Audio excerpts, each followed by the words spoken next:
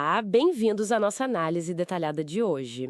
Vamos mergulhar numa decisão judiciária recente, bem importante, do Tribunal de Justiça do Rio Grande do Sul. Isso. A fonte é um acórdão de apelação civil e o caso é um que, infelizmente, a gente ouve falar bastante, o tal golpe da falsa central bancária. Exato. É engenharia social pura, né? Nossa missão aqui é tentar desvendar como a justiça interpretou a responsabilidade do banco nesse tipo de fraude. Pois é. E o interessante é ver como o Código de Defesa do Consumidor entra nessa história, né? Porque não é tão simples assim. Certo. Então vamos aos fatos como estão lá na decisão. O caso é de uma cliente do Nu Pagamentos S.A., o Nubank. Uhum.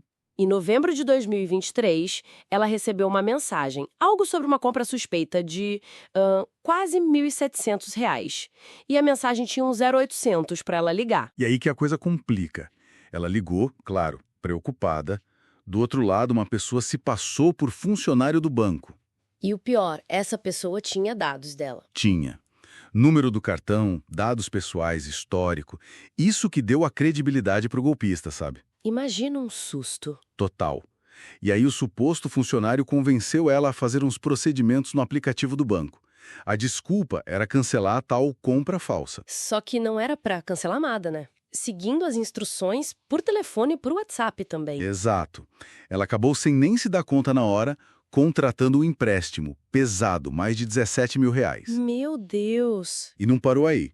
Instruída pelo golpista, ela usou esse dinheiro para pagar 2 boletos para contas de terceiros, um de quase R$ 14.500 e outro de R$ 2.500.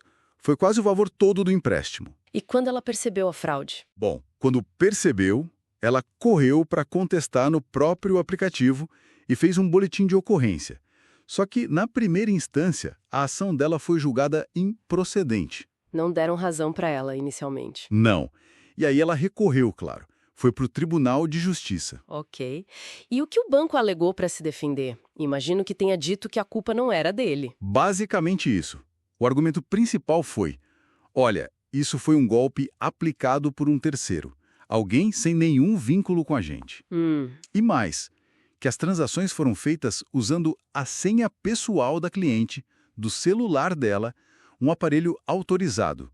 Quer dizer, a autenticação de segurança foi validada. Entendi. Tipo, ela passou a senha, ela autorizou. Exato. O banco ainda disse que tentou recuperar os valores pelo MED, aquele mecanismo especial de devolução, sabe? Sei, para tentar reaver o dinheiro em caso de golpe. Isso. Mas não tinha mais saldo nas contas de destino. Então a conclusão do banco era culpa exclusiva da consumidora ou, no máximo, do terceiro golpista. Tá, essa era a visão do banco. Mas aí veio a decisão do Tribunal de Justiça do Rio Grande do Sul, de maio de 2025, e a visão foi outra, né? Completamente diferente. A 15ª Câmara Civil foi muito clara. Eles aplicaram o Código de Defesa do Consumidor e lembraram da súmula 479 do STJ, Que diz o que exatamente? que a responsabilidade das instituições financeiras em casos de fraude por terceiros dentro das operações bancárias é objetiva. Objetiva quer dizer que não precisa provar a culpa do banco? Exato, independe de culpa. O banco responde porque fraudes desse tipo são consideradas fortuito interno, ou seja, é um risco da própria atividade bancária. Entendi. O banco só se livraria se provasse que a culpa foi exclusivamente da vítima ou do terceiro, é isso? Precisamente, e aí que está o ponto crucial. O tribunal entendeu que o banco não conseguiu provar essa culpa exclusiva da cliente. Mas e o argumento da senha? Dela ter seguido as instruções? O tribunal ponderou isso, mas destacou outra coisa: as operações em si. O empréstimo de valor alto, seguido imediatamente pelo pagamento de boletos que consumiram quase todo esse valor para contas desconhecidas. Isso fugia totalmente do padrão dela, imagino. Exatamente, totalmente fora do perfil financeiro da cliente. E aí o tribunal disse: peraí, o sistema antifraude do banco deveria ter pego isso. Ah, então a falha foi aí, na segurança do banco. Foi o que o tribunal entendeu. Houve uma falha no dever de segurança. Mesmo que a cliente tenha sido induzida, o sistema deveria ter mecanismos para detectar e bloquear transações tão atípicas, tão suspeitas. Faz sentido. O sistema não podia simplesmente aceitar uma mudança tão drástica no comportamento financeiro sem um alerta, um bloqueio, algo assim. Isso. E tem mais um detalhe. O fato de o golpista ter dados sigilosos dela e usar um número 0800 que parecia do banco, reforçou a ideia de que houve alguma falha que permitiu o golpe acontecer. Não era só a cliente sendo enganada.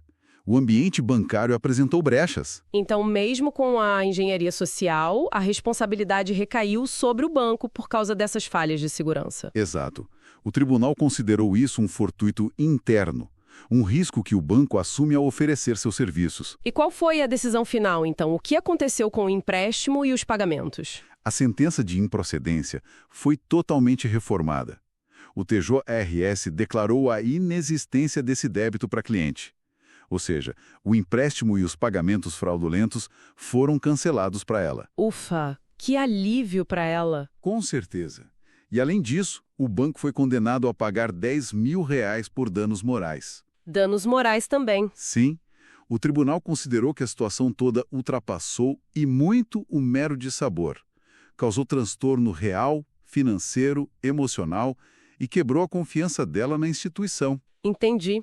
Então, a grande lição aqui, né, é que a segurança bancária é uma responsabilidade enorme dos bancos. Sem dúvida. Mesmo em golpes super bem elaborados de engenharia social, se o sistema do banco falha em detectar algo muito fora da curva, ou se tem indício de vazamento de dados, a instituição pode sim ser responsabilizada. E o ônus de provar que a culpa foi só do cliente é todo do banco.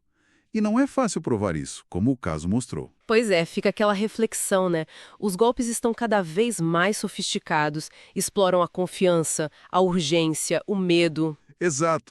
Será que só a senha, a autenticação técnica, é suficiente? Ou será que os bancos precisam ir além, investir mais em sistemas que analisem o comportamento, o padrão de uso de cada um em tempo real? Talvez seja por aí, né?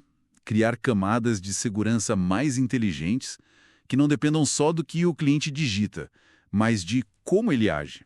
É um desafio constante.